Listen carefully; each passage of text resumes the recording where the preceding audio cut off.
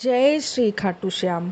स्वागत है आपका अपने इस YouTube चैनल बर्बरिक की लीला पे, जहां हम आपको बाबा खाटू श्याम के चमत्कारों की अनसुनी और हृदय स्पर्शी कहानियां सुनाने को मिलती हैं। आज हम आपके लिए एक ऐसी अकल्पनीय, भावुक और चमत्कारी कहानी लेकर आए हैं जो बताएगी कि कैसे एक गरीब और दुख से घिरे हुए परिवार पर दुखों का पहाड़ टूट पड़ा, और जब हर उम्मीद टूट गई तब बाबा श्याम ने कैसे हारे के सहारे बनकर उनकी लाज रखी। यह कहानी आपको इस बात का अटूट प्रमाण देगी कि जब अपने भी साथ छोड़ देते हैं तब दुनिया का हर दरवाज़ा बंद हो जाता है, तब भी बाबा श्याम कैसे अपने भक्तों की लाज रखते हैं। तो अपने दिल को थाम लीजिए, कहीं मत जाइए और इस पूरी कहानी को अंत तक सुनिए। यकीन मानिए, यह कहानी आपकी आंखों में आंसू ला देगी और आपके मन में बाबा श्याम के प्रति सच्ची श्रद्धा भर देगी। अगर यह कहानी आपको पसंद आए तो लाइक कीजिए, ज़्यादा से ज़्यादा शेयर कीजिए और हमारे चैनल को सब्सक्राइब करना बिल्कुल भी ना भूलें। कमेंट में जय श्री श्याम लिखकर हमें ज़रूर बताएं कि आप बाबा श्याम का यह चमत्कार कहाँ से सुन रहे हैं। जय श्री श्याम। आज की कहानी मोहन जी ने भेजी है। यह एक बदला हुआ नाम है क्योंकि वह अपना सही नाम साझा नहीं करना चाहते। अब आगे की कहानी मैं उन्हीं की जुबानी सुनाऊंगी। मेरा नाम मोहन है और यह कहानी मेरे परिवार की है, मेरी ज़िंदगी की है।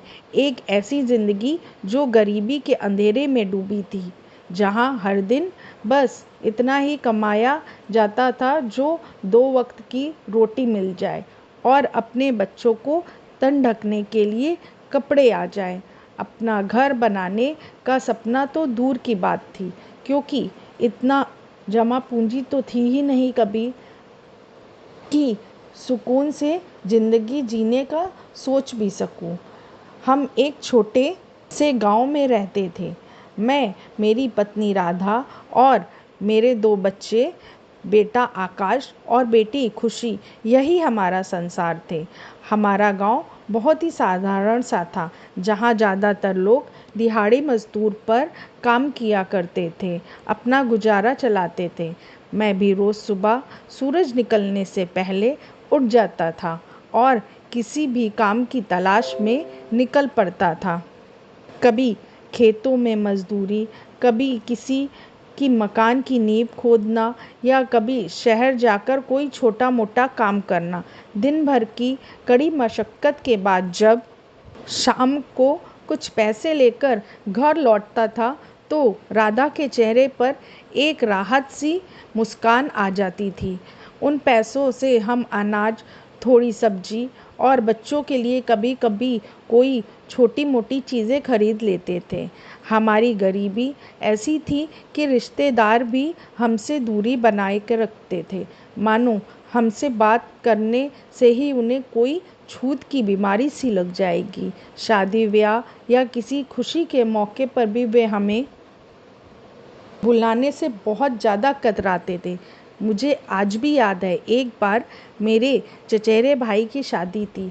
हम सब बहुत उत्साहित थे, पर हमारे घर पर निमंत्रण तक नहीं आया। उस दिन राधा बहुत रोई थी। मेरे दिल में भी बहुत दर्द हुआ था, पर क्या करते, हमारे पास ना पैसा था ना रुतबा, बस एक दूसरे का साथ ही हमारी सबसे बड़ी दौलत थी। हम अपनी गरीबी को अपनी नियति मानकर जी रहे थे, पर बच्चों को देखकर मन में एक आग जलती थी कि हम कम से कम में गरीबी रह लिए, पर इन बच्चों को उसका सामना ना करना पड़े। हमारे दोनों बच्चे आकाश और खुशी से ही समझदार थे, बहुत ज़्यादा समझदार थे वो शुरू से ही। वे अपनी छोटी मोटी ज़रूरतों के लिए भी कभी ज़िद नहीं करते थे। आकाश पढ़ाई में बहुत होशियार था, गांव के सरकारी स्कूल में वह हमेशा अव्वल आता था। हमने अपनी सारी जमा पूंजी लगाकर उसे शहर के कॉलेज में दाखिला दिलवा दिया था। वह अपनी पढ़ाई पूरी कर सके और एक अच्छी नौकरी पाकर इस गरीबी के दलदल से हमें बाहर निकाल सके। उससे अभी अभी 12वीं पास की थी और कॉलेज में अपने दूसरे साल में था। मैं और राधा हमेशा यही सोचते रहते थे कि एक दिन हमारा बेटा ज़रूर कुछ बड़ा करेगा, हमारी गरीबी दूर करेगा और हमें एक बेहतर ज़िंदगी देगा। आकाश की फ़ीस भरना और उसके शहर में रहने का खर्चा उठाना हमारे लिए बहुत ही ज़्यादा मुश्किल हो रहा था, पर हम किसी भी तरह पैसे जुटाते थे ताकि उसकी पढ़ाई में कोई कमी ना आ सके। आकाश के मन में भी कुछ और ही चल रहा था। हमेशा अमीर बनने के सपने देखता था, हमेशा अमीर बनने की धुन सवार रहती थी। वह हर वक्त यही कहता, मुझे बहुत पैसा कमाना है, बहुत सारा पैसा कमाना है, मुझे इस गरीबी से नफ़रत है, मैं इसे हमेशा के लिए ख़त्म कर देना चाहता हूँ।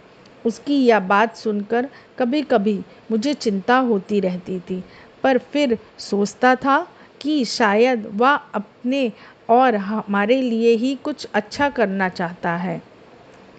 वह अपने आँखों में बड़े बड़े सपने पाले हुए था और मैं एक पिता होने के नाते उसके सपनों को पूरा होते देखना चाहता था। मुझे नहीं मालूम था कि यही धुन उसे बर्बाद कर देगी, किसी बर्बादी के रास्ते पर ले जा रही है। वह अक्सर कहता, पापा मैं आपको और माँ को कभी भी दुखी नहीं रखूँगा, मैं आपको दोनों को इस सारी खुशियाँ दूँगा कि जैसे किसी अमीर के पास होती हैं। उसकी बातें सुनकर मेरा दिल भर आता। काश मुझे पता होता कि वह किस रास्ते पर चल रहा है। शहर में रहते हुए आकाश की दोस्ती कुछ ऐसे लड़कों से हो गई जो जल्दी अमीर बनने के सपने देखते थे। उन्हीं लड़कों ने आकाश को जुए की लत लगा दी थी। शुरू शुरू में तो वह अपने पैसे में से कुछ पैसे जीतता तो उसको बहुत अच्छा लगता। धीरे धीरे उसका लालच बहुत ज़्यादा बढ़ गया। उसे लगा कि यही एक वह रास्ता है जिससे वह रातों रात अमीर बन सकता है। वह दिन रात जुए में डूबा रहने लगा। उसे पता ही नहीं चला कि कब वह इस दलदल में धंसता चला गया। वापस निकलना मुश्किल हो गया। एक दिन सब कुछ बदल गया। हमारे घर पर कुछ अजनबी लोग आने लगे। वे बड़े अजीब तरह से बातें करते, बार बार पैसे मांगते। मैं और राधा कुछ समझ नहीं पा रहे थे कि आखिर माजरा क्या है। हम उन्हें जानते भी नहीं थे। शुरू शुरू में तो हम उन्हें टालते रहे, पर उसकी बातें धीरे धीरे धमकी में बदल गई थी। वे बड़े बड़े गुंडे जैसे दिखते थे। उनकी आंखों में क्रूरता साफ झलकती थी। फिर एक दिन उसने एक गुंडे ने बड़े गुस्से से कहा, तुम्हारे बेटे आकाश ने हमसे 17 से 18 लाख रुपए का कर्ज लिया है। अगर पैसे नहीं दिए तो हम उसे उठा ले जाएंगे। यह सुनकर हमारे पैरों तले की ज़मीन खिसक गई। 17 से 18 लाख, हमने तो कभी इतने पैसे सपने में भी नहीं देखे थे। मेरा बेटा तो कॉलेज में पढ़ता था, उसने इतना बड़ा कर्ज कैसे ले लिया? हमारी तो रातों की नींद उड़ गई। राधा तो रो रो कर बेसुध हो गई। मेरा कलेजा फट गया था। जिस बेटा पर हमने इतने सारे सपने देखे थे, जिसके ऊपर हमने इतने सारे सपने देखे हैं, उसने यह क्या कर दिया? हमारे गरीबी और दुख पहले ही कम नहीं थे कि यह नया पहाड़ टूट पड़ा। हमने आकाश को बुलाया और उससे पूछा। पहले तो वह घबराया, फिर उसने धीरे धीरे सब कुछ बताया। उसने बताया कि कैसे वह जुए में फंस गया, कैसे उसने उम्मीद से ज़्यादा गंवा दिए और कैसे अब उस पर इतना बड़ा कर्जा आ गया है। उसने हमसे माफ़ी मांगी, पर उसकी आवाज़ में डर और निराशा साफ झलक रही थी। जब आकाश को पता चला कि मुझे और राधा को उसके जुए और इतने बड़े कर्जे के बारे में पता चल गया है, तो उसने हिम्मत हार दी। शायद उसे लगा कि अब उसके पास कोई रास्ता नहीं बचा है, कोई उम्मीद नहीं है। वह रात भर बेचैन रहा।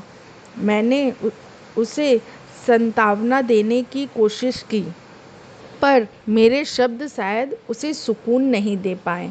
उस रात उसने एक भयानक कदम उठाया। उसने खुद को ख़त्म कर दिया। इससे हमारी दुनिया ही उजड़ गई। मुझे लगा कि जैसे मेरे अंदर का अब सब्र ख़त्म हो गया, सब कुछ ख़त्म हो गया। मेरा कलेजा फट गया था। जिस बेटे को हमने जन्म दिया था, जिसे पाल पोस कर बड़ा किया था, जिसने हमारी ज़िंदगी में रोशनी भरने का सपना दिखाया था, वह अब नहीं रहा। हमारे अरमानों का दिया बुझ चुका था। राधा तो महीनों तक बिस्तर से उठ ही नहीं पाई। वह बस आकाश का नाम जपती रहती और रोती रहती। मेरा खुद का शरीर सुन्न पड़ गया था, पर खुशी और राधा के लिए मुझे मजबूत बनना पड़ा। हम रात और मैं अपने बेटे को याद करता और रोता, आकाश तूने यह क्या कर दिया। हम मिलकर इस मुश्किल का सामना कर लेते। मैं अपने कमरे में जाता, उसकी किताबें देखता और यह सोचता कि काश मैं उसे बचा पाता। आकाश के जाने के बाद हमारी मुश्किलें और बढ़ गई। कर्जदारों को इससे कोई भी फर्क नहीं पड़ा। कर्जदार ये भी नहीं सोचे कि मेरा बेटा मर चुका है। वे और भी ज़्यादा बेरहम हो गए थे। वे अब खुलकर हमारे घर आने लगे थे, धमकाते थे, गालियाँ देते थे और पैसे मांगते थे। हमारे पैसे दो, तुम्हारे बेटे ने हमसे लिए थे। वे घर का सामान फेंक देते, राधा को डराते और मुझे धमकियाँ देते। मैंने उनसे हाथ जोड़कर कहा, भाई साहब, मेरे पास कुछ नहीं है। ना तो मेरा अपना खुद का घर है और ना ही कुछ गिरवी करने रखने लायक मेरे पास कोई सामान है। मेरे पास कुछ भी नहीं है। मुझे तो पता भी नहीं था कि मेरा बेटा यह सब करता था। मैं खुद इतना टूट गया हूँ जैसे मेरे बेटे ने खुद को ख़त्म कर दिया है। मैं भी वहीं पर ख़त्म हो जाता हूँ। पर वे नहीं माने। वे हमारी बेबसी का मजाक उड़ाते थे। हमसे बेटी हमारी खुशी कहते थे कि पैसा दो, नहीं तो हम उसे बेच देंगे, उससे हम अपने पैसे वसूलेंगे। बेटी को बेचकर अपना कर्ज वसूलने की बात करते थे। यह सुनकर मेरा खून खौल उठता। पर मैं क्या करता? मैं कुछ भी नहीं कर पाता था। मैं एक असहाय पिता था। मैं अपनी बेटी को बचाने के लिए कुछ भी करने को तैयार था, पर मेरे पास कुछ भी नहीं था। हम पूरी तरह से टूट चुके थे। हमें कोई सहारा नहीं दिख रहा था। हर दिन डर से कटता था। मुझे लगता था कि अब हमारी ज़िंदगी का कोई मतलब नहीं रह गया है। मरने का ख्याल बार बार मेरे मन में आता था। राधा और खुशी के चेहरे को देखकर मैं हिम्मत जुटाता था। रात रात भर जगता रहता था, सोचता रहता था कि अब क्या होगा। हमारे गांव में लोग भी डर के मारे हमसे दूर रहने लगे थे। कोई हमारी मदद करने के लिए आगे नहीं आता था। हम अकेले पड़ गए थे, इस विशाल दुनिया में बिल्कुल अकेले। इस मुश्किल घड़ी में जब हर तरफ अंधेरा था, मेरा एक पुराना दोस्त श्याम मेरे पास आया। श्याम खाटू श्याम जी का बहुत बड़ा भक्त था। वह अपने गांव से कई मील दूर रहता था, पर जैसे ही उसे हमारी हालात का पता चला, वह बिना देर किए चला आया। उसने मेरी उदासी, मेरी आँखों में दर्द भरा सब पढ़ लिया था। उसने मुझे खाटू धाम जाने के लिए जोर दिया। मेरा मन बिल्कुल नहीं था। मैं बस बिस्तर पर पड़ा रहना चाहता था। मुझे लगता था कि अब कहीं जाने का कोई फ़ायदा नहीं है। मेरे लिए सब कुछ खत्म हो चुका था। पर श्याम ने मुझे समझाया, मोहन, तूने इंसानों पर भरोसा करके देख लिया है, रिश्तेदारों से मदद मांगकर देख लिया है, पर अब एक बार बाबा श्याम पर भरोसा रख के देख। वे हारे के सहारे हैं। वह ज़रूर तेरी मदद करेंगे। मैंने उन्हें अपनी ज़िंदगी में कई चमत्कार करते हुए देखा है। तू एक बार चलकर तो देख। वह जानता था कि मैं नहीं मानूंगा, इसलिए उसने मुझे ज़बरदस्ती अपने साथ ले लिया। राधा भी उसके साथ थी। हम दोनों साथ में गए खाटू श्याम। श्याम के साथ जाने को हम लोग तैयार हो गए। श्याम जानता था कि मेरी परेशानी का हल केवल बाबा श्याम ही दूर कर सकते हैं। श्याम, मैं और राधा तीनों एक बस में बैठकर खाटू श्याम धाम के लिए निकल पड़े। रास्ते में मैं पूरे रास्ते चुप था। मेरे मन में हजार सवाल चल रहे थे, हजार चिंताएं थीं। मुझे लगा कि यह सब बेकार है। मैं बस अपने बेटे के बारे में सोच रहा था, उसकी हंसी, उसके सपने और उसकी दुखद मौत। पर श्याम का विश्वास अटल था। वह रास्ते भर बाबा श्याम के भजन गाता रहा और मुझे भी उन्हें सुनाने के लिए कहता रहा। उसकी आस्था देखकर मुझे थोड़ी हिम्मत हुई। खाटू धाम पहुंचकर एक अजीब सा सुकून महसूस हुआ। वहीं की पवित्रता, भक्तों की भीड़ और बाबा श्याम के जयकारे सुनकर मेरा मन धीरे धीरे शांत होने लगा। वहाँ की शांति ने मेरे अंदर के तूफान को सब कुछ बहुत हद तक शांत कर दिया था। मैंने पहली बार पिछले कई महीनों में थोड़ी शांति महसूस की थी। राधा भी बाबा श्याम के दर्शन करके बहुत ही भावुक हो गई थी। हमने बाबा श्याम के दर्शन किए और मैंने मन में ही उनसे प्रार्थना की। मुझे पता नहीं था कि मैं क्या मांग रहा हूँ, पर मेरे दिल में अजीब सी आस जगी थी। मैंने वहाँ बाजार में एक श्याम बाबा की मूर्ति देखी जो बार बार मेरा ध्यान खींच रही थी। जैसे ही मैंने बाबा श्याम की मूर्ति देखी, मेरे मन में अचानक एक विचार आया कि मुझे यहाँ से एक मूर्ति खरीदनी चाहिए। यह एक अजीब सी भावना थी, जैसे बाबा श्याम खुद मुझसे कह रहे हों, मुझे अपने साथ जोड़ ले बेटा, मैं तेरी मदद करूँगा। मैं एक छोटी सी दुकान पर गया और वहाँ से 400 रुपए की एक छोटी सी मूर्ति खरीदी। मुझे नहीं पता था कि 400 रुपए की मूर्ति मेरी ज़िंदगी इतना बदल देगी।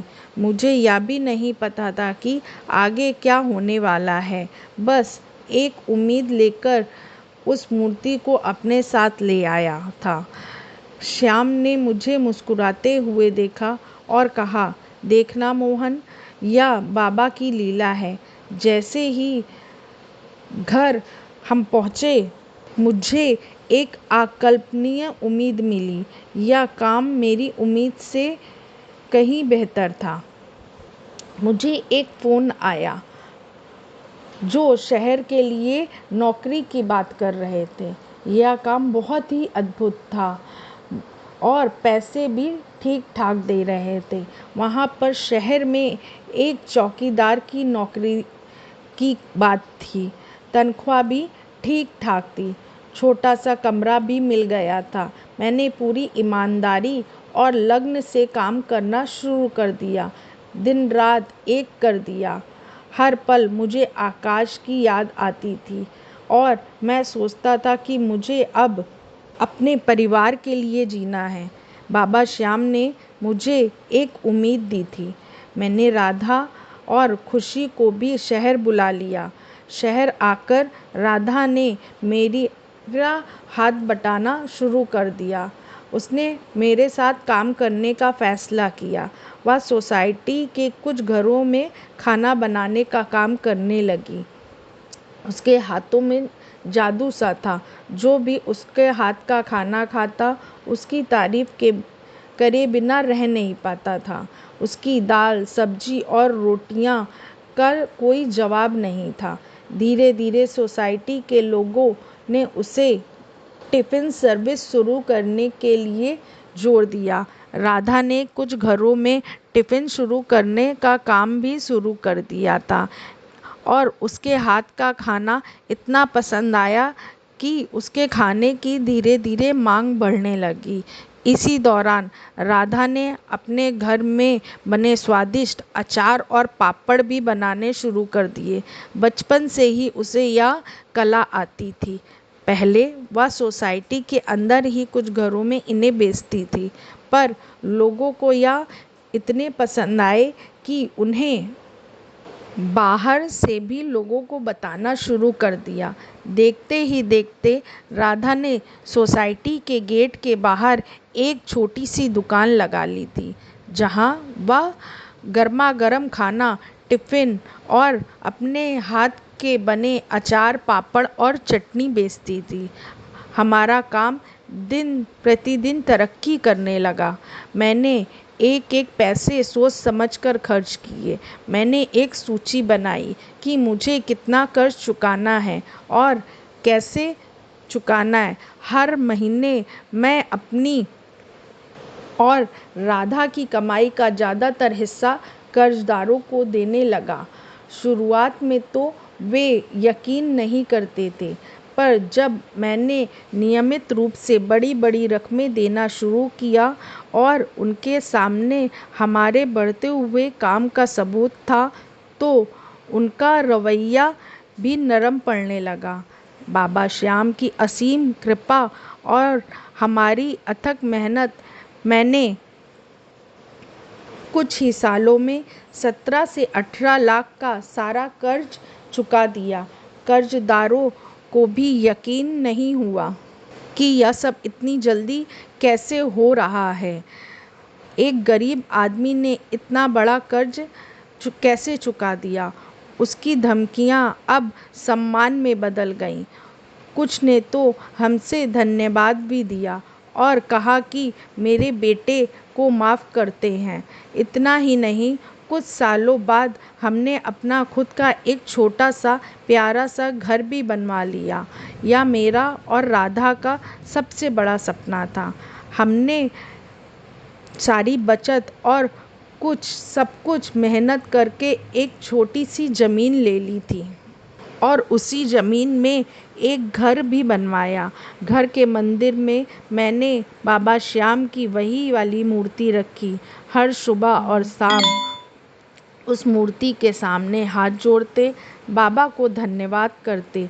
हमारी बेटी खुशी अब बड़ी हो गई थी। हमने उसकी शादी भी बहुत धूमधाम से की। उसकी शादी के बाद हमारी ज़िंदगी में खुशियों की बहार सी आ गई थी। राधा भी अब मुस्कुराने लगी थी। हमारी ज़िंदगी और गरीबी अब हमसे कोसों दूर चली गई थी हमारी ज़िंदगी से। आज मेरे और राधा के पास सब कुछ था, अपना घर, बेटी की खुशहाल ज़िंदगी और सबसे बढ़कर बाबा श्याम का आशीर्वाद हमारे जीवन और सुकून और शांति से भर गया था।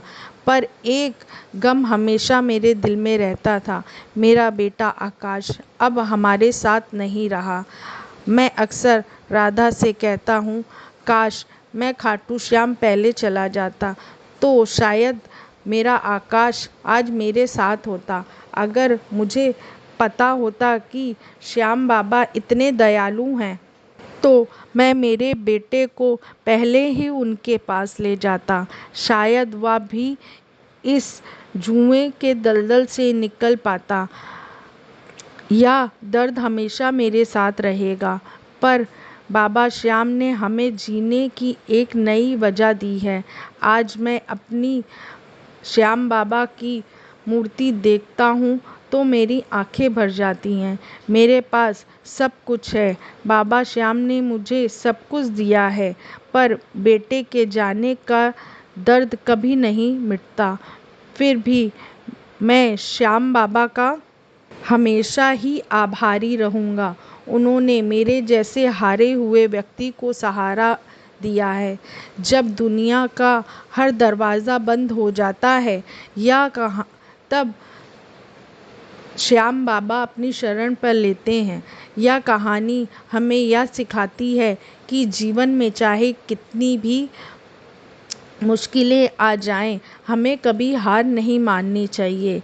बाबा श्याम हमेशा अपने भक्तों के साथ होते हैं और जब सारे रास्ते बंद हो जाते हैं तब वे ही सहारा बनते हैं। उनकी कृपा से असंभव भी संभव हो जाता है। अगर आपको यह कहानी पसंद आई हो तो लाइक करिए, ज़्यादा से ज़्यादा शेयर करिए और हमारे चैनल को सब्सक्राइब करना ना भूलें। कमेंट में जय श्री श्याम लिखकर हाज़िरी ज़रूर लगाएं और बताएं कि यह कहानी आप कहां से देख रहे हैं और आपके दिल को कितना छू गई है।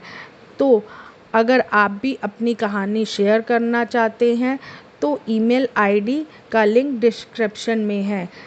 तो बोलिए जय श्री श्याम, बोलिए हारे के सहारे की जय, जय खाटू नरेश की।